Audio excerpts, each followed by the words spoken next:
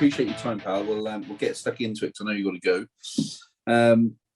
Catflap Chats, episode 104. I'm delighted to have Ryan Lamb on the show. Thank you for coming. Just before we get into it, just want to say big up Tiny Rebel Brewery. They give me a couple of beers every episode. So when I'm down in Plymouth, mate, next, I'll bring some along for you. Yeah, that'd be nice, mate. Yeah, decent. They just sent me. I'm not going to crack one open now because it's 8:45 on a Saturday morning. It's a bit late for you, isn't it? It's a bit late. Yeah, exactly. I'd normally be getting in now. They just sent me this calendar. It's like 25 different like brand new beers and that for Advent and stuff. So get stuck into them. Fair play to them. And literally just signed a deal with Manscaped as well to become a partner of the podcast. So big up Manscaped.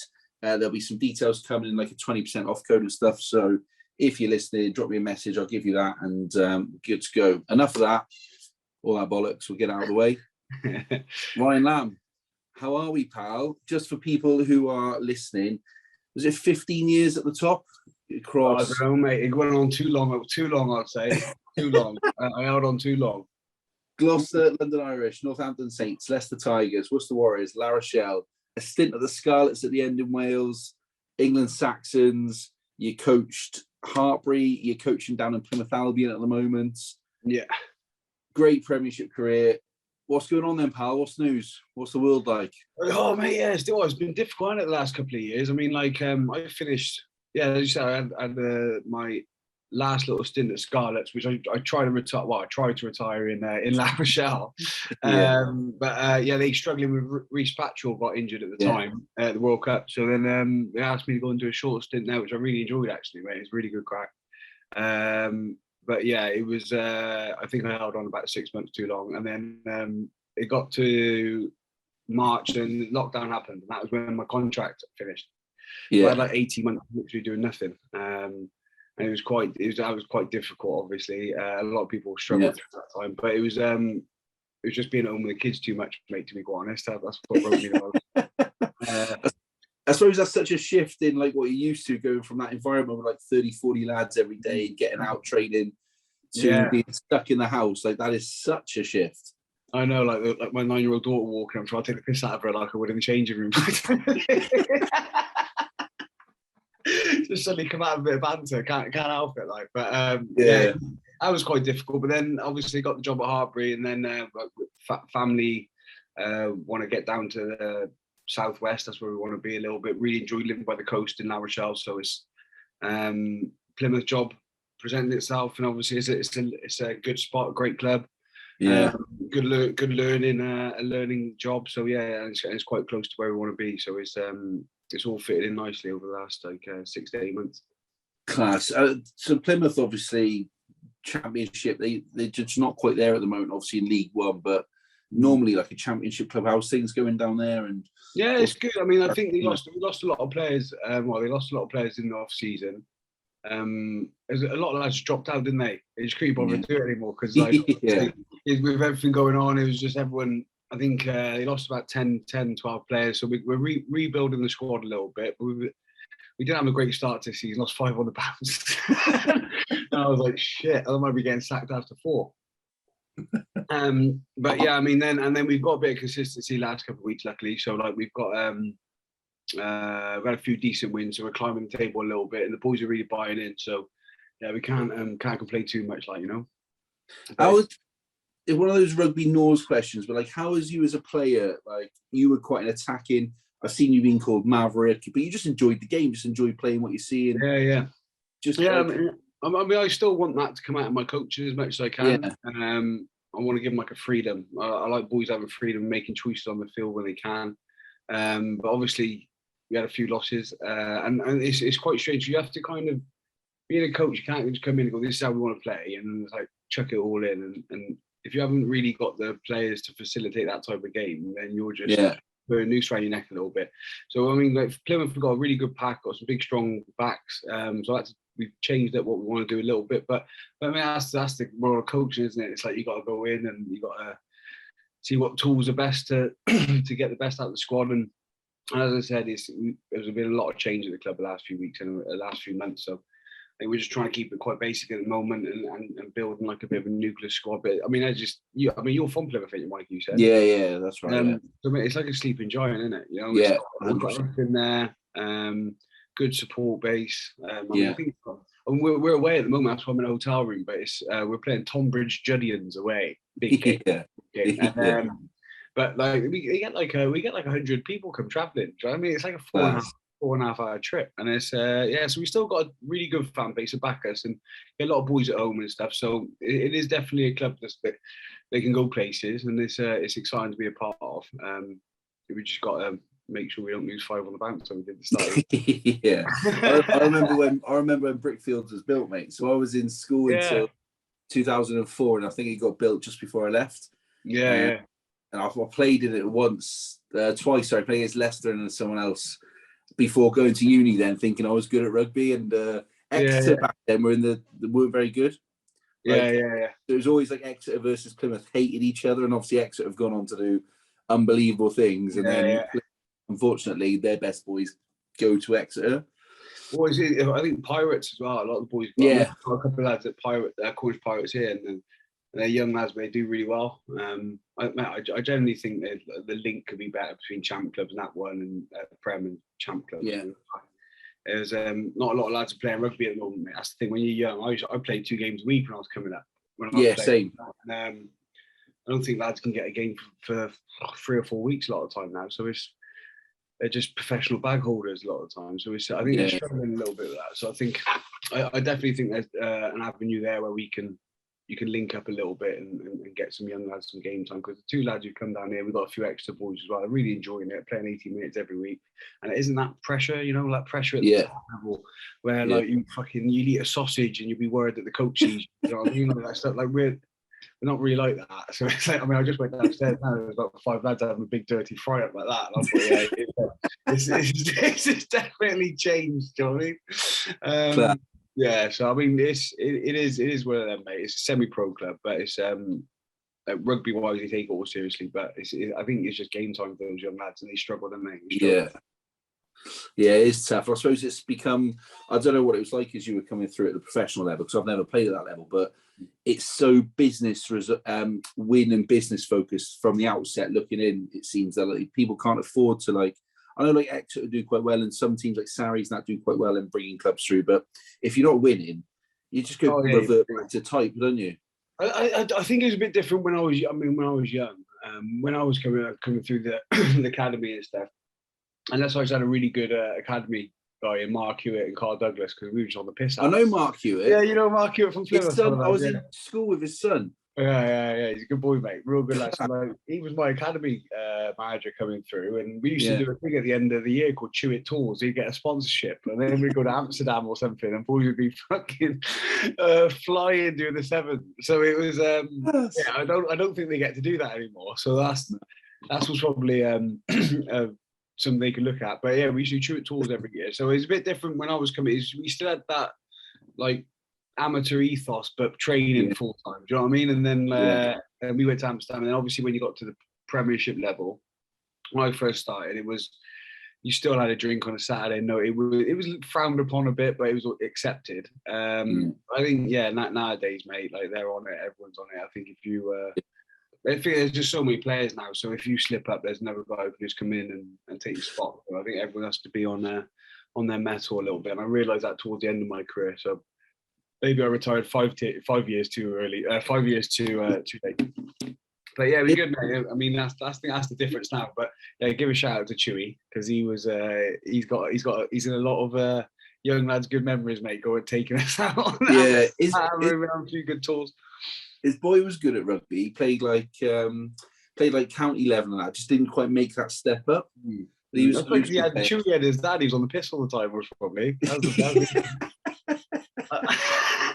I love that though, because like when you're growing up and you play with your mates, like I can't think of anything better when I was growing up. And then when you I went to Cardiff, it's called Cardiff Met now, but it was Uwick back then. So obviously big rivals were Hartpury, and you get into that environment, and like I wasn't one of the best players, so I would always play in like the seconds, and I was in the first team squad, so you'd be training with them all the time, but I was able to go out and have beers. I could enjoy uni, where some of these lads now, like you listen to some of them, like, it was quite refreshing. I listened to Don Brandt the other day, and he went, I wanted to stay in uni even though I had offers. I got it out of my system. Now I'm a professional up there. Like, that's brilliant, because you've got to experience that as well as just training 24/7, nutrition 24/7. Like, because otherwise, what's your blowout? But if you don't make it, that's the issue. Yeah. If you like, so say if you go from 16 to 22, 23, and they're not on a lot of money in the academy, and then you don't make it, and you put all your eggs in that basket, you're 23, 24, and like, it's horrible position to be in, wouldn't it? Do you know what I mean? It's like, and then, but yeah, I think if you go uni, but there's definitely different pathways to come into it now. It used to be academies. Yeah, that's pretty much it. Like, if you don't get into the academy, you're struggling. I think Sean Perry was the only guy who really come from a lower level, and then he end up playing for England. Like, he was like one of the first guys to do it, I think. But yeah, it's a lot more different avenues now. A lot of lads coming through uni. We've picked up a few boys from uni. I think Exeter have, and Don Brandt's a great example for it, I think. I think he got a lot of stick when he first came out of the uni, didn't he? Because he's wearing those skin-tight shirts. Yeah, I think he's a bit of a stocky rig. Like, what a player, mate. He's on fire, isn't he? So, yeah. So, there's definitely different avenues now. I think it's more pathways to come through to be a professional player, definitely. As someone who's been there and done it, like, are you glad you came through at the time that you did, or would you enjoy coming through at this time now as a young professional? Mate, you've seen the games. They're brutal, aren't they? Absolutely brutal. I wasn't very confident on the contact aspect of it anyway, but it's a tough game now. And I think when you see, it's a tough game anyway. It was always, obviously, I only stopped playing, 2-3 years ago, but I could still see a difference of it now a little bit, you know. And I'm happy I come through at the right time, because I think it was about 10 years professional, so it was all professional things were set up. They had those ethos of like kangaroo courts and things like that. Which when I was young, we had some good crack, and I'm sure you know quite a few of the boys on your other podcast tells the stories and stuff. So yeah, like those type of things, they're not a thing of the past, but they're a lot more few and far between. And I think if you're a young lad coming through now, the competition, mate, it's rife, isn't it? I mean, we only had 12 to 15 lads in the academy training with the first team when I was coming through, 10 to 15. Yeah. And now you'd have like 6, they call them gold academy players, and then you've got like 30, 40 behind you then. And it's like, it is a tough gig, mate, now. It's getting harder and harder to do it. And when I see like ex-professional players trying to comment about the game now they played 20 years ago, it's a bit like, oh, you ain't got a clue. I ain't got a clue anymore. Do you know what I mean? It's 3 years out of the game. Yeah, I'm watching it thinking, fuck, physically and things like that. You can see like the tactics and stuff, obviously, but physically, you're just looking at that's brutal, man. Fuck it. Yeah. There was a South Africa England game the other day. Unbelievable, man. Do you know what I mean? Like, you're just watching it, and every collision is it's brutal. And then you look at the France New Zealand one straight after, like, unbelievable, but in a completely different way. Yeah, exactly. That's it, and it's definitely different ways to play rugby, mate. But I think, nowadays, mate, it's you got to look after yourself so much more, because I don't think you won't have a lot of people playing like 17 years like I did. Do you know what I mean? I think that's because I stayed out of contact with Mikey. That's smart. Exactly. I feel all right as well. So, but yeah, mate, it's a tough gig now. So I do when I see ex-professional players talking about that played like 15 years ago, like talking about scrummaging, and when they used to just duck. They lean on each other. Yeah, and they lean on. They're talking about scrummaging. Then they don't hook anymore. I'm like, fucking hell, mate. You're in a car crash there. You put your foot up. You are getting your nose up your ass. Do you know what I mean? So it's like, you comment on something you don't know, boys. Keep them. It's I like Warburton and like Dylan Hartley, because they've literally just finished playing, and they were both at the top of their game, so they can give like real insight. Even Haskell, although people think he's a bit of a joker, but exactly. They just give real insight. One of my mates, name drop, Rob Webber. He's coaching Jersey at the moment. I know Webb. He's a good boy, mate. He's a good boy. Yeah, absolute mate. Top bloke, right? Fucking love him. We went out to see, aren't he? Really weird hands, mate. I'm gonna clip that out and send it to him. I went over and seen him at the end of the summer for a week, and like he was just saying, like, coaching like these lads now is just so different to the environment that he grew up in, and like he loves it, but it's frustrating as well at times. Like, you can't say boo to a goose to them, mate. They get upset. The resilience has gone out the window, mate. I'm telling you. I know, mate. Everyone's on their phone. You walk in the change room, everyone's just on their phones. No one's talking or anything like that. Headphones on. Everyone's just like on their own. Where I can't imagine. It's like everyone's in an Instagram video all the time now. Do you know what I mean? That's what it feels like. I walked in there and like people pouting, looking out the window, doing the 1,000-yard stare, and I think, fucking hell. I mean, sometimes I do feel like I live in the Twilight Zone, mate. I do. Yeah. I just think no one cares really. You just want to lock a change room door, get in 100 cases of beer. Put your phones away. Let's go. But yeah, Webber wouldn't be into that. I don't think he's into Instagram and stuff, would he? No, not particularly, mate. I don't think he's that type of geezer. One of the best tourists I've been on a stag or two with him. One of the best tourists I've been away with, though. I bet he can suffer a bit, yeah. Oh, mate, he can suffer a bit, and also like he can run a ship as well. He can run a crew. The captain of the ship. Oh, big one. He's doing well at Jersey. They're third, aren't they? So doing all right. They are doing well. Mauling people to death, so I hear. That's what he's like. mauling sides to death. Hey, mate. There's the life out there, pal. My uncle lives out there. It's beautiful out there. Just nothing to do in the summer. In the winter, is there? Nothing. I can imagine it is. Everyone shuts down. But yeah, so it is a bit different. Cham Rugby is a weird one. Mate, take us, if you don't mind, back to like your journey into rugby a bit and how you got into playing for Gloucester, obviously local lad, but like just what was that journey like for someone who's like maybe listening now, like you said, who's going through academies or whatever, and it's obviously a bit different. What was that journey like? Mate, it's quite a weird one for me, really, because I didn't really start playing rugby till I was about 13. I played football, which is strange in Gloucester. My brother played football, so I just kind of followed whatever he did, Ollie. And then he went to a rugby club called Spartans RFC down in Gloucester. Yeah, because he did pretty well at rugby trials. He was on the wing, and I went to follow him down there. Ended up playing for the team. Ended up playing rugby down there. Stopped playing football, and then obviously you go for trials, which I couldn't care less about when I was at school. We went for like district, county, southwest. Yeah. And the first year I ended up playing for like England A year young. So I was like under 16, but I was 14 or 15.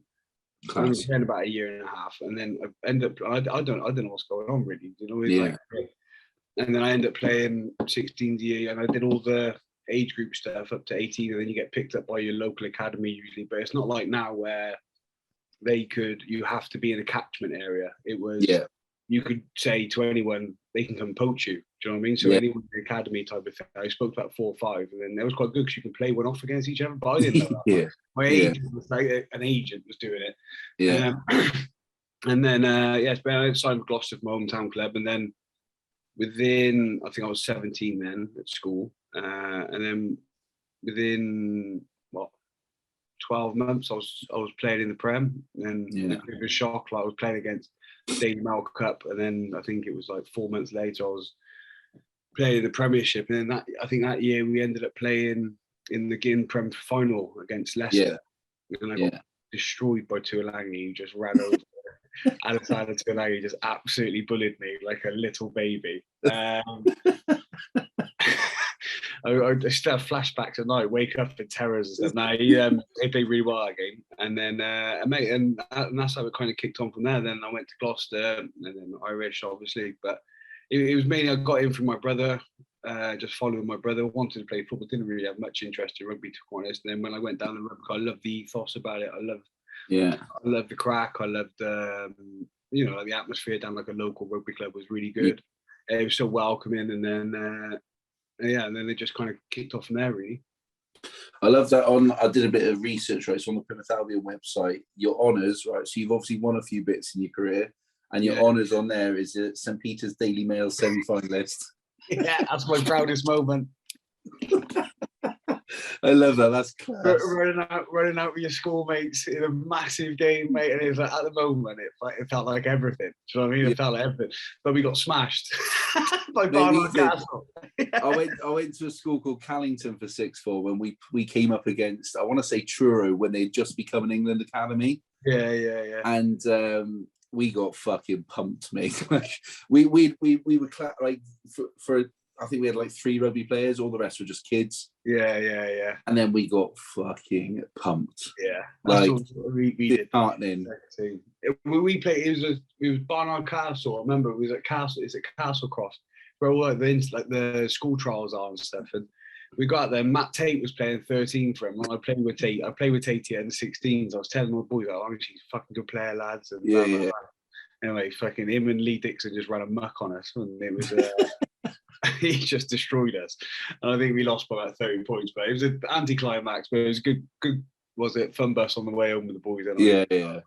That's probably I put that in just for banter, really. What was it like as a 17-year-old walking into that Gloucester change room? Because again, you'd have had some like legends of the club playing there. The shed isn't the most forgiving of places at times. Like, what was it like? Did you take it in your stride? Were you quite shy back then? No, like, either, weren't you? I wasn't as shy. I wasn't shy when I was younger. I think that's. It was more. If I was nervous, I used to make jokes. That's what I did. I kind of. Yeah. I still do. Like if I'm in a situation where I don't really know, I kind of just make a joke about it or something. So it was more, and that kind of went well at Gloucester. Yeah. the banter at Gloucester was harsh, though. The worst I've ever been. I enjoyed it, but it was the most cutthroat I've ever been involved with. Like, it was, and then and when you move to a different club, you think it's the same, and it's not. Yeah. It's not. You'll say something, and you go, shit. Everyone goes silent. So it was, Gloucester. I think it was easy because I was a local boy, obviously, and there was like people like Andy Hazel, Mark Cornwall, Deacon, Chris Forty, Eustace. There was a lot of local lads in it as well, so it was more they either knew someone I knew. It was a lot easier. There were people like Phil Vickery and stuff like that was there as well, and they were, as I said, mate, it wasn't really like now where everything was a competition. They just saw you as a young lad coming in, they wanted to help you. Yeah. Where maybe now they see a young lad coming in trying to take my spot, trying to take my job. Do you know what I mean? Yeah. So, it was easy to fit in at Gloucester, and to be honest, because I played so quickly. I got involved in the first team quite quickly. It was quite a really quick transition, so it wasn't really like me. I didn't have too much time to breathe a little bit. So yeah, you just take it. Right? You're a young kid, and you just fucking end up playing. You're playing in front of the shed. Like it's like your dream when you're a kid. Yeah. How the fuck did I get here within like a year? So yeah, it was just one of them. It was just a bit all kind of a whirlwind, but it was great, mate. I loved it. It's a bit of a shame that I had to leave, but I mean, to be honest, I think the experiences I got in rugby, mate, I wouldn't ever change anything. To be quite honest, I'm quite happy with everything that went on. Apart from a few things that happened at England camp where I fucking stabbed myself in the back a little bit. Well, I was just a bit of a naive kid, and then I didn't think I'd ever get a fucking cap anyway. When you're competing against Johnny and you're going into the coach and they're saying, "Yeah, we're going to go with Johnny this week," and he's like, "Well, yeah, I would too." I mean, what argument are you going to have? What argument are you going to have? So it was like, yeah, sound, and that was about it really. So I was quite happy with the old club environment really. There was I'll come on to England in a bit, right? So Gloucester back then were good. So, you topped the table a couple of times and you did well in Europe. And I know Leicester were obviously unbelievable at the time, a bit like Saracens have been over the last few years. Recently, I think the team to beat, definitely. Like, what was, as a squad and like as a set of players and a set of like characters, were they able to like move on from that quite quickly? Like, you had a loss. How did you then like sort of reset yourselves to go again for the next year? Because you did it like, I want to say 2 or 3 times in a row, top of the table. Yeah, I mean, we had a good team, mate. We had a good squad, and I think now you can kind of see, especially if you've got we had a lot of young lads in the team. You kind of have to let them grow a little bit, and I don't think they did. We were coming in and not being funny. We were playing some ridiculous rugby, to be quite honest. And yeah, and the expectation of that young group went higher and higher and higher every year. Was Anthony Allen? Was it you and Anthony Allen at 10 and 12? Yeah, and Ollie Morgan on one wing. People like Jake Billy, Luton Arroway. Mark Foster was going really well. In the second way, we had like people like John Pendlebury. You wouldn't remember these guys. I don't know, but John Pendlebury, and it was a real young team. There was a young focus to the group. Andy Hayes was too young, but a lot in big decision making roles. Yeah. And mate, it was like we fucked up a couple of times in big games. Don't get me wrong, but like I mean, what's Marcus Smith now? 23? 20, 21? No, he's a bit older than that now, isn't he? Is he? Or is he 20? I don't know, 23 and 22, 23, something like that. And he's just getting into that international fold with a lot of experience boys. And he had he had a few bad games at the start of his Prem, but they nurtured him really well. I think Nick really fucking nurtured him, like really protected him a lot of the time. Whereas I didn't really want that. I kept trying to put myself out there all the time, like trying to make the big plays and things like that, which obviously a bit naive, most probably. But I remember being at 20 saying, I remember reading headlines at 20 saying like, oh, this guy would never be like a top class 10. And I think I'm fucking 20 years old now. I only just started playing like a year and a half ago. And I didn't get a lot of backing from the coaching staff there after a year or two. So it was a bit like, mate, fuck it. You know what I mean? I had a fucking guts for this year. So we kind of come to an agreement to leave. But mate, we were a good squad. We had a lot of young lads, and I'll tell you, if we got to about 24, 25 as a group, we'd have been a decent team to play against. But I mean, Anthony went to Leicester, obviously done really, really well. Yeah. Won titles and things, but he again in a fucking good squad. Do you know what I mean? We had like a good 22 players, and then if we had wingers, you're struggling. Do you know what I mean? You get 3 lads in, so it was a great time, Gloucester, because it was local. Walking around I mean, they were fucking finishing 9th at the time. Do you know what I mean? 9th and 10th. Then we come in and we like do pretty well, get us to the first heat, and we get in the Prem final. Yeah. And then after that, you got to win it every year, or you're fucking shit. That's Gloucester. Do you know what I mean? That is Gloucester, mate, in a nutshell. And it's then mad, isn't it? You're playing against like Ospreys, and when we played Ospreys, they had like the whole back line was. I think they had like Mike Phillips, 10 was Hooky. Yeah, I can't remember. Edson, Fisher, 13, Sonny Parker. Like it was the Welsh backline, Shane Williams, and Tommy Bowe. Yeah, Tommy Bowe, and then Lee Byrne at fullback. Whereas me and Andy Allen at the time, like younger, we had Tins, Sinbad, and like another Morgan at fullback. There's like they're 19-year-old. We got 3 19-year-old kids in there. Do you know what I mean? They get like fucking full-grown British international. Like you look at it now, like if you think of that now. But fuck me, the shit we got when we lost in the semis or whatever it was like fucking calm down, boys. And that's like people forget, and I've said this before. I've had this argument with someone in person as well when I've been out with a player before. Like people forget it's a job, and like you're not going to win every single day because not one person earns 100% of their salary every day. And even if they try to, it doesn't always go well. You don't always win. You don't always win that pitch if you're in sales. You don't always close that client. It just doesn't work like that. Yeah. People forget that, and they put their entitled like opinion on you, like you should be doing this, you should be. I'm in Facebook groups now because of the podcast for various teams and like the Welsh team and stuff, mate. And the comments are fucking unbelievable. Honestly, some of them, but it's expectation now, though, isn't it? Like, especially sometimes your success can be your worst downfall a little bit, you know. And I mean, look, I got no regrets with it, man. I look back at it now, I generally find a lot of the stuff that happened funny. Like it is pretty funny. I'm quite happy with what I did after, but some of the shit some lads get is crazy because there's such fine margins at the top of the game. And it's like a bounce of a ball could win you or lose you a game, and then you say if that does happen and you lose the game, they go through every action in every bit of the game, and they will crit, and which is fair enough, and that's how you get better, and that's how you. But I think a lot of stuff I've been in analysis room, they say, look at it, and it's completely irrelevant to what happened at the game or that certain moment on the. But it's like they hold on to stuff just to try and try to and I think a lot of that in rugby is like that. It's over-analysed all the time. Everything's over-analysed, and I think it's people either liking the sound of their own voice, or they think more detail, the more fucking I get in, then the better it be. But you got 23 different nationalities in the squad, mate. Like, you know what I mean? And you got like some Georgian guy his fourth language is English. Yeah. Was saying words like ambiguity, and it's like, what the fuck?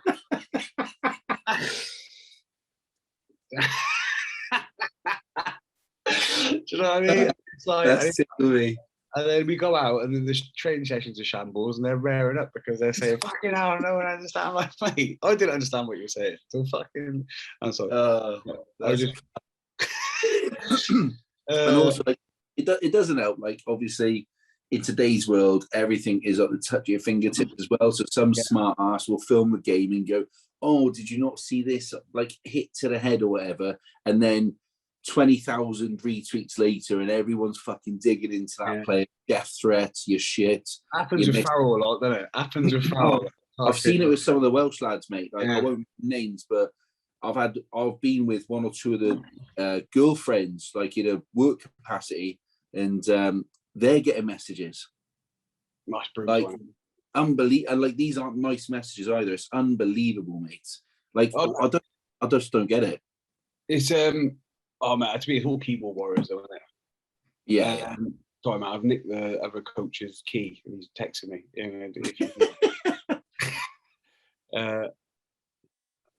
So man, I'll tell you what, though, it is, but no one would say it to their faces. And this is what I think. Everyone's so sensitive now, mate. I genuinely do fucking think resilience. Especially from the younger generation coming through. I'm not saying that's a very generalised statement, don't get me wrong. Yeah. Overall, in general, I look at my kids and like fucking anything will like set them off. Do you know what I mean? It's like no, you cannot feel in an uncomfortable situation anymore in any shape or form in life. And it's like, if you're going to do that with your kids, when they get to adults, how are they going to cope with it when there's proper pressures and things like that? And that's what I just don't get it, mate. And you protect them as much as you can, and then they get to an adult stage and they think, hang on, this is actually quite hard, and then it all just goes downhill, mental health and that type of stuff. So I think you got to laugh at a lot of things, and you got to shrug a lot of shit off. 100%. I think it's easier said than done, but it's, of course. I think it happens a lot when you're kids, though, mate. Isn't it? Like if you come up usually for quite a tough upbringing, you're quite a resilient person. And I think it's I think everything's getting a bit too easy for everyone. No one waits for anything anymore. Amazon will come next day. You can order everything. Remember, we had to wait a week for your next TV show. Remember that? I had to ring a landline and try and navigate speaking to someone's dad if I wanted to fucking speak to his daughter. Yeah, that is fear, mate. That's genuine fear. Proper pressure. That's proper pressure. And if you have to meet your mate, you got to meet at Boots at 6 o'clock or something, and then you just got to hope they turn up. You just got to hope they turn up, and then you're like waiting there till 7. You think, "Fucker ain't coming, any." Mate, I don't let my daughter win. Like, if she wins, like, we'll play Uno or something. If she wins, she wins. Wicked. But she's earned that way. She's earned that way. 100%, mate. And then she's so smug about it because she's done it herself. Yeah, like, we're playing now until I absolutely batter you. But I won't.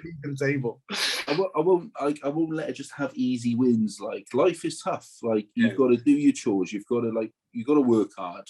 Yeah, because otherwise, like, what are you going to do? No, mate. I think everyone needs a purpose as well, don't they? I mean, that's what I struggled with in that 18 months because I stopped playing. It's that transition. Do you know what I mean? Between like, what am I actually going to do? Because I wasn't really that keen on coaching, if I'm quite honest. It was Scarlets who actually got me to actually think, fucking hell, I could be all right at this. And I quite enjoyed it. So I was quite happy I went to Scarlets in the end. I think I really enjoyed my time there. But in that 18 months where I was floating and like I didn't have any routine, or I didn't have any like, you go from rugby, you go from getting told where to be, what to wear, when to shit, when to sleep. Do you know what I mean? It's fucking, it's regimented, and then you do that to you got no plan, no nothing, and you're waking up to get school. What am I doing my day? I built a decking in my back garden. I've never built anything in my life. Class. And that's the only thing I could think of doing. I was like, what do I do? I'm not building a decking. So and then obviously I got into like when it all kind of started back up, you get into a bit of coaching, and then you got a bit of routine. But fuck, that was tough for like 5 to 6 months, mate. I was just like, what's going on? There's only so many like Friday night Zoom parties you can attend, and well, my boy, I don't want to bring the thing up, but my boy's got diagnosed with autism, so he doesn't sleep. So he has like 2 a.m. Sometimes he's got a bit better now, but he used to wake up at 2 a.m. till 6 and screaming.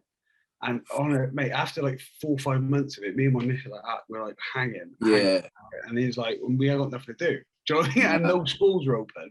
No. Oh my God, it was brutal. Absolutely brutal. And that's a pressure people would not. You might say I didn't get 4 hours sleep. People will not understand the pressure, I suppose, that it builds in a household between you and your missus, probably. And your kids. And nothing bad has happened. Like no one's done anything wrong.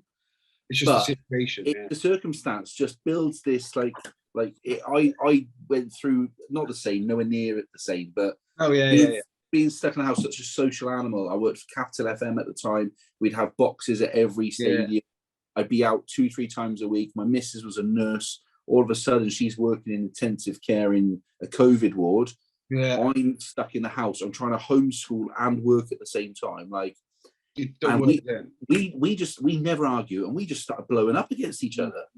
Like it's sort of Mate, I think I used to think this is what I try and do. I try to think fucking hell, like cause we're in a bad situation, but I'm like we got a decent sized house. Do you know what I mean? Like we got facilities like where we can go walk. We live in a nice. I was thinking, imagine living in a high rise in London, 3 kids, single mum. You're not allowed out of the house. Do you know what I mean? And like man, I don't know how they do it. And then like you just saying, and people, I just see on text, people, so I fucking locked down for another 6 months. I'm like, yeah, mate, in your fucking nice 500k house that you can work from home from, and like you're all right. Do you know what I mean? That's what I struggled with over the last 2 years. Is people think their opinion matters about their life compared to for everyone else. It's like fucking hell, just shut up, you bunch of twat. You haven't got a clue what's going on. For me, like I mentioned that then, just to like try and show like the empathy, I suppose, almost. Like I kind of understand that. I don't understand the situation, but I understand how little things build up over time. And actually that 18 months was hard. So people look at it and go, oh, you've got money. Not me. I've got fuck all money. Yeah. People might go, you got money in the bank. You were successful at this. What have you got to be annoyed about? Well, these things do happen. Like whether you're a professional rugby player, an elite sportsman, you're just a person, right? So when all everyone's got the same social struggles, mate, and social pressures. So it was difficult, mate. Yeah, definitely that was hard work. But it's what I just thought is people on like social media, mate. It's like me. I'm off social media. I tried finding you and I couldn't find anything. No, I come off it a while ago. I just can't stand how people think their opinion matters. Like remember the back in the day when you had to work your way to a position of where people could respect your opinion. But now, now Doris from Twitter got a Twitter account, and she's fucking and she wants to put her voice out there constantly, and it should be respected, and I have to listen to what she said. No, I don't. Who the fuck's she? Do you know what I mean? Like, I just don't. I live in the twilight zone. I generally do, mate. At the moment, I think this is insane world. I agree with you. Like, I try and hang on to the best bits of social just because of this. They've definitely got good things about it. It's definitely got good things about it. But life was simpler 10 years ago, though, mate. Fuck me, it was simpler. It was easier. Just like because you just weren't like bombarded with everything around you all the time. And if you were, you're probably a bit more naive to it. Like now, just see everything. You just consume. It's like I don't know what I watched like a mindful thing. I was like struggling a little bit. And I thought, fucking hell, what can I do to separate a few things? So I watched this mindful, and he said everything about consuming. He talked about diet, what you consume, what you drink, and what. And he said, but what you watch, what you read, what you say, what you think is all consuming as well. Do you know what I mean? And it's like you've got to be careful what you read, what you watch, and I just thought. I'm on social media, scrolling. Literally, I remember in lockdown, I was scrolling through social media fucking every 10 minutes, and it was all about fucking this and that, and it was all brutal stuff. Someone's been murdered, and I'm just like, what am I reading this shit for? I don't need to do it. If you delete it, and you actually look at your reality a little bit, none of that actually happens. Do you know what I mean? Because you're in your own little bubble, aren't you? Do you know what I mean? You're with friends and all that type of stuff. Mate, honestly, sorted me out. I think social media is like, in terms of that type of the way it is, like promoting business and all that type of stuff, I think is brilliant for. But the other side to it, mate, I think for young people especially, imagine growing up with social media now, being a young kid. Oh, the pressure. Oh, to like look a certain way and dress a certain way and like certain things. And again, like I always say, like I quite like sitting in the middle. Like I don't need to be left or right. I want to learn from both sides and then just make my own opinion. Yeah, exactly. It might lean one way or the other. but like, mate, imagine like I pissed my pants once, I think, when I was about 8. In 8 or 7 or 8 when I was a young kid. Imagine you had a phone now, I'd be on social media like it's a fucking nightmare. And that's on the internet. And unfortunately, kids these days, like, because I don't know, like, again, generalizing, because the resilience might not be there and because they've not experienced these things, like, if that, it's I don't know, 8-year-old, 10-year-old, 13-year-olds, like, if that goes around a school, kids can't cope with that, like some kids. They will struggle. I don't think we could have if we were on social media and like, no, probably most not. Embarrassing things happen at the park or whatever, and then people and then it goes around the whole of the school. By the time you get to, imagine that weekend on Saturday and Sunday where it's all around social media, everyone's texting you or whatever, and then you got to go in on a Monday and then face everyone. Oh, mate, what if you did it with your mate or something on Saturday without a phone, without social media? Like, it's embarrassing between 2 or 3 of you, and you could say, "Oh, don't say nothing to anyone," or you know what I mean, like, and keep it quiet. But fucking hell, mate, it spreads like wildfire now, doesn't it? And like, horrific to be a kid growing up now in this type of world. It'd be tough work. Tough work. I agree with you. Hey, you mentioned England just now, and obviously, got to the Saxons, had a few games there, Churchill Cup and all that, but not quite a full cap. Like you said, you were coming through. You had Johnny, Charlie Hodgson, trying to think who else. Shane Geraghty, was he there or thereabouts? Shane played. Floody was. Oh yeah, Toby Flood. The one that done my head in the most, and I really like him, was Goody. He was played in Brive, and I remember it was always only exceptional circumstances someone to come back, and then Charlie got injured, and I was top of the league at the time. I think I might have been top pros for, and they called back Andy Good for an international, and ever since then I just thought fuck that. It was like Martin Johnson, John Well, it was Leicester cliques. I remember I used to go there a lot, and it was just so Leicester oriented. They're all sitting in the corner by themselves, all that, and mate, I hate that shit. Do you know what I mean? It just my head, it breaks me. I never enjoyed going away with England. I've made no bones about it. I hated everything about it. It's like you're going back to. It must be different now, I'd imagine. But when I used to go away, it was like schoolboy stuff, mate. They tell you when to sleep. And it was just like, what gives you? There was no logic to it. It was just like, how much control can I have? It was a very Leicester way of doing stuff. Yeah. And it was. I just hated it. I didn't like being involved in it. I didn't like going away. I liked the youth stuff. It was fun, and the Saxon stuff was good. But as soon as you went away, it was just power. Everyone was on a power trip. Players were on a power trip. You had like a nucleus of a team that didn't really want you there. Do you know what I mean? They kind of ostracized you because they whatever. And it was just like, the thing is with me, mate, if that's the case, then no issues, lads. Like, fuck off, I don't care. You know what I mean? Like, no issues. You lot go over there and I'll go over here, and then we're both right. Do you know what I mean? And I did a few things where, because I didn't really care that much, it was just to annoy me. That I got caught doing a few little things like sneaking out and little things like that. And then I knew I wasn't ever going to play. So it was more to the fact that I think it may be subconsciously I wanted to sabotage myself so I didn't have to come back. Yeah. And then I called Stuart Lancaster Steve in one of the meetings, in his first meeting. So then that was horrendous, and I don't think I was going to play again then. So yeah, it was. I did a few daft things there, which I have to look back on and giggle about. But it was you can't do a lot about it. So it was. Yeah, I just didn't enjoy going away with them. I always used to enjoy my club environment, you know. I always like to have rugby here and my life the other side. Yeah. And maybe now I don't think you could do that as much. You've got to be so enthralled in it, mate. You've got to live, sleep, breathe rugby if you want to become that top end rugby player. And I just didn't really have that in me, if I'm honest. Have you ever had those conversations with those coaches or even like some of the players since, not necessarily in the last 18 months, but since you were coming towards the end or you went out to France or whatever, like, did you ever see those players and have those conversations, just go, what the fuck was that about?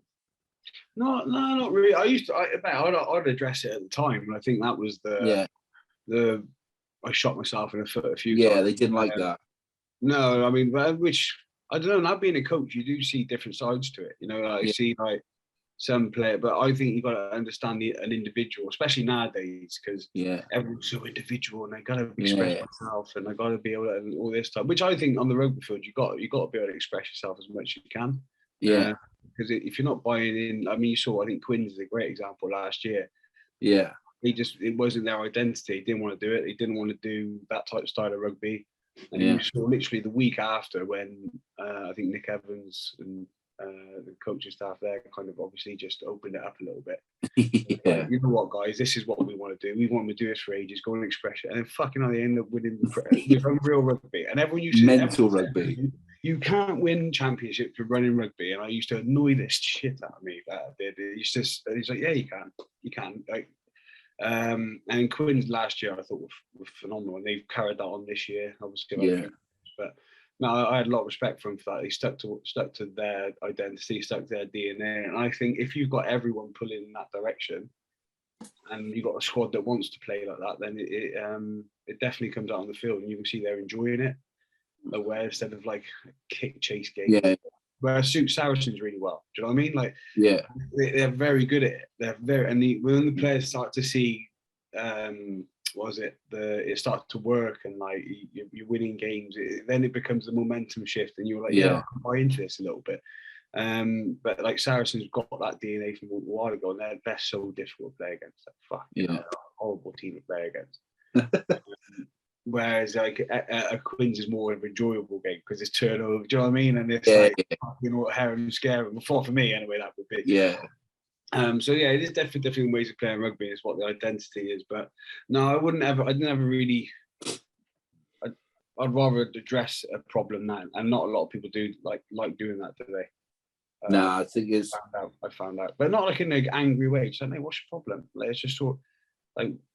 But no one really likes to do it, do they? Like to kick it down the road and then stab you in the back. And there's a lot of that in rugby, mate. There's a shitload of that in rugby. Is there?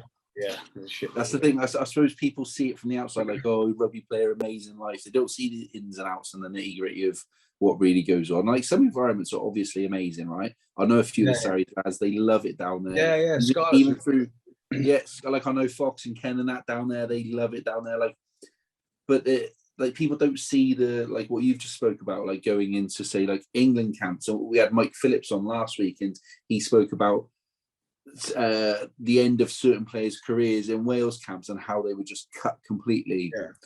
And like, how do you treat people like that? Like, it's mental. It baffles me. Mate, it's cutthroat, isn't it? But I think I think a lot of it is the actual coach not wanting that awkward conversation. I generally do. I think rugby players, I'd rather be shot between the eyes than four in the back. Do you know what I mean? And then I'd much rather sit there and then know where that guy stands in a rugby sense. Because I think everything you talk about rugby, it's not personal. Yeah. Like, do you know what I mean? It's not a personal thing. I say it always starts, man, I like you, you're a good lad. Do you know what I mean? Like, you're a good lad, but rugby-wise, and I've had to have a few, being a coach, like a few awkward conversations, but I always kind of stuck to that philosophy that I want to be as open as I can with them. Do you know what I mean? Yeah.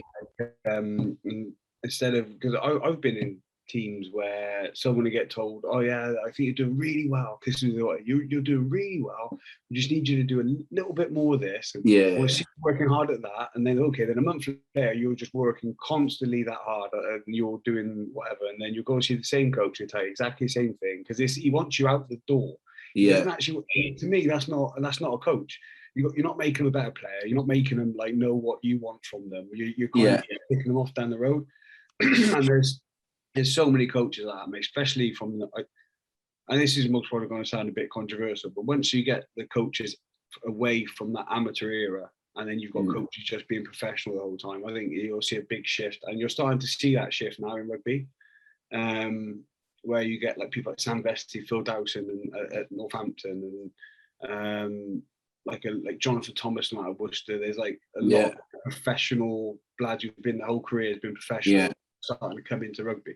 And you're going to see a different shift maybe, I think, in the next 5 years. But there's a lot of power grabbing in rugby, mate, and jobs for the boys. Which is in every type of I think there is industry. But it's like, the conversations is, I think we've got to get a bit more honest as a organisation, probably. Yeah, I know you got to shoot off in a sec, so I'll whiz through this. Like, obviously, you said you went to Gloucester, didn't quite London Irish, didn't quite work out towards the end of Gloucester. Yeah. Northampton, Leicester, Worcester. So you've done a fair old stint in the Premiership. But what was it about? Like, because everyone thinks I left them. Everyone thinks I got bombed out with these clubs, and I did. I got offered a contract at Irish, but everyone was leaving. I think it was like Dylan Armitage, Stefan Armitage, Mapasua. I think Tajik Takimbau was thinking about leaving at the time. A lot of big Bob Casey was coming to the end of it. Nick Kennedy was thinking about. So it was all a bit like, who are you signing? Like, I was playing top of the league. I was playing top of the league at Gloucester, top of the league at Irish, and all they kept talking about was selling their ground to Tesco's. And I was like, but I was like, I don't want a club card, mate. I want a 12 I can pay. Do you know what I mean? So I didn't know what was going on. I was like, so it was a bit of I don't think the coaches knew what was going on at the time. I think the owner was all over the shop. So I think it was like, mate, I got to shoot. And then Northampton was in the European, and I got on well with Jim and Dorian. And then I just had a child then. And this is like, I just had a child in the second year, and I was playing some decent rugby. We were talking about like signing the contract, and then they were pushing it back because Mujati and Tonga Weir were leaving, and it was all about the front row. Do you know what I mean? They were all I remember that set piece, which is fair enough. Like, and they were honest about that. They were saying, "Listen, we've got to sort the front row." But I was like, "Mate, I've got a fucking kid. It's getting to February, March. Like, I don't want to be." So I signed for Leicester. Leicester come in, and it was between Leicester and Exeter. Biggest regret, I signed for Leicester instead of Exeter at the time. And then that is easy, my biggest regret. And then I was a bit like, okay. And then I went to Leicester, and then the guy who signed with Matt O'Connor, he left to Leinster. So that's why I signed, because Anthony was saying, mate, he's brilliant coach. Matt. And then he shot off because he got the Leinster job. That literally 3 weeks after I signed. So I was like, fucking hell. So it was a bit, and I didn't get on. Leicester was the only club where I didn't get on at. Didn't really get on at Leicester at all. It's weird. It was like a very old boy mentality, and fucking, you lot sit down there, we're in this change room. Do you know what I mean? It was like England, and I was just like, this is shit. Do you know what I mean? And then this is shit. And then I went to Worcester because I wanted to go home.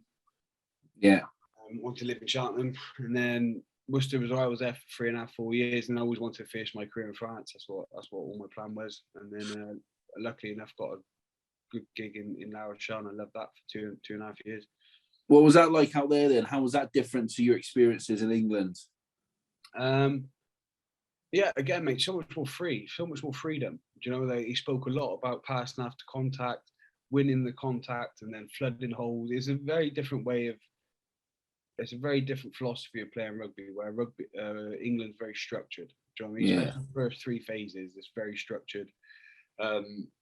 It's like, we don't really come off this plan, we're doing this as we're coming out of our half, which I think that's starting to become a little bit more over in France. They're starting to actually buy into that a little bit, because you do big games, you got to have like a core of what you're going to do, like a plan that you don't want to make too many mistakes. Everyone's got to be on the same page a little bit.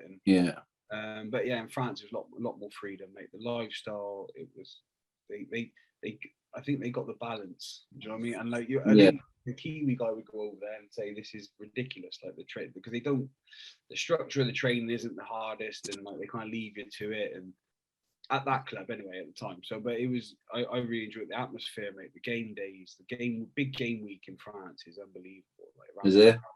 On the coast as well. I can imagine it's a nice place to live. Mate, it was a massive eye opener to me. The La Rochelle fans are the best I've ever come across, and like you'd be going through the street and it'd just be La Rochelle fans. If we were playing Bordeaux which is like Derby, and like you walk through the street, and it's just like 4 days before they got bands and things in the courtyard like, singing, and it's like Cray, you'll walk past, and they used to say Ryan Lomba, they would like pronounce the B. So they would go Lombi, Lombi, and I was just like laughing. It's funny, mate. I really enjoyed it. I missed it actually. I miss it. I would like to go back to. We would have stayed there to live. I loved it. But because of my boy got diagnosed over there, it's like we got to make sure we do this. Yeah. Right. So, we come back home. But mate, it was a great time. Loved it over there, and they're mad as fuck. To be fair to them, so it's good crack. Yeah. Class. I've never been to. I've watched rugby all over the world. Though I've never been to like a good club game in France. Oh, it's brilliant! I'd love to do it.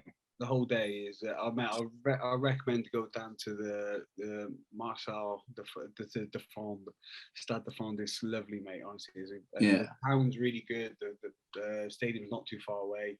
Lovely port, like old port, and like bar restaurants down the front, and then you can make your way over to the game. And then they got the band going, the flares and like the chants and stuff. And it's always sold out every week. Doesn't matter who you're playing, it's sold out. Even in pre-season games, I think they had something like 12,000 there, 10,000 there. So it was. I love that. Yeah, it was a great time. Loved it, mate. Thank you so much. I know you've got to shoot off. You got to get. Sorry, mate. No, mate. Honestly, absolutely fucking fantastic. What's the future then? Obviously, gig at Plymouth. Like any coaching sort of goals and aspirations, or just taking it kind of season by season at the moment? Mate, I think that's it really, mate. I think nowadays, especially, you can't really have too long of a plan. As I said, I'm trying to get down to the coast. Hopefully, I've sold my house in Cheltenham, so I'll be moving more towards Plymouth over the next few months. And it is, mate, as I say, as a sleeping giant, it's quite a good little project to get your teeth into. And I think the owners, the Venable family, they want to kick the club on. And we've got a core nucleus of boys that really buy into the club and everything we want to do. So it's a building process, mate. And there are definitely things off the field and on the film that's got to be fixed. But it is like a kind of a plain canvas, and it's quite exciting. So it's a good little project rugby wise, and I'm really looking forward to it. And maybe not as you're not under the microscope as much as you would be if you were a Prem club or something. So it's a great way to learn your trade, and mate, and I want to. They've been brilliant, Plymouth. So yeah, I'll back them to the hilt. So it'd be I wouldn't mind being here for quite a while.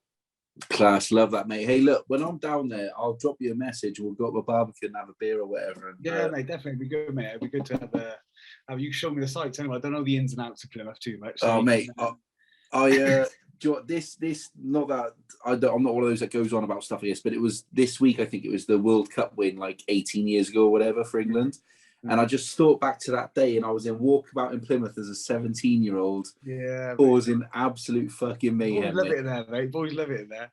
It's an adult playground, isn't it? Yeah, I drive past it a bit, mate. They talk the stories that come on Monday, mate. It's fucking berserk what happens in Plymouth. There used to be a club, right? If anyone is from that neck of the woods, who might be our age, there's a club called Millennium, and I would go in there at like 15, 16 years old, right? Which is why it got closed down. That and drugs, which is bad, right? Honestly, I wasn't into that at 15 or 16, so that wasn't my gig. But on a Friday, you'd go in there, and it'd be £10. You get a bottle of whatever you want to choose. So it'd be VK, fucking Stella, bottle, whatever, right? And then you hand the bottle over at the bar, and it's free bar for the rest of the night, right? But if you lost your bottle and there was one on the floor, you'd be scrapping like that. It's 15-year-old, be scrapping blokes for this bottle because you didn't want to pay another tenner, mate. It was wild, absolutely wild. That's the crack, mate. I'll tell you one thing before we go. There was a revolving dance floor in Plymouth. I went out once. Yeah. And they used to sell like women's clothing behind the bar. You remember? Yeah. So like, I remember a lot of the boys just got changed into women's clothing for the band, for the crack, and then we all come out on the revolving dance floor. I can remember thinking, "What the fuck is this place?"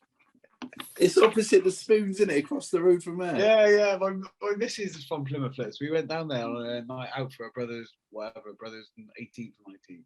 fucking hell, mate. It was a good night, but it was just mad stuff happening in there. It can get fruity there because you've got the barracks and stuff as well, so it can get a bit fruity sometimes. It was funny, mate. Just over the bar, just fucking.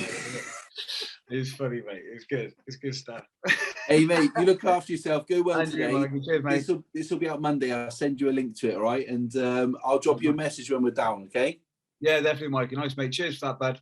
Hey, Ryan, immense. Take care, boy. I'll speak to you later, mate. Ta-ra, mate. Ta-ra, boy. Ta-ra.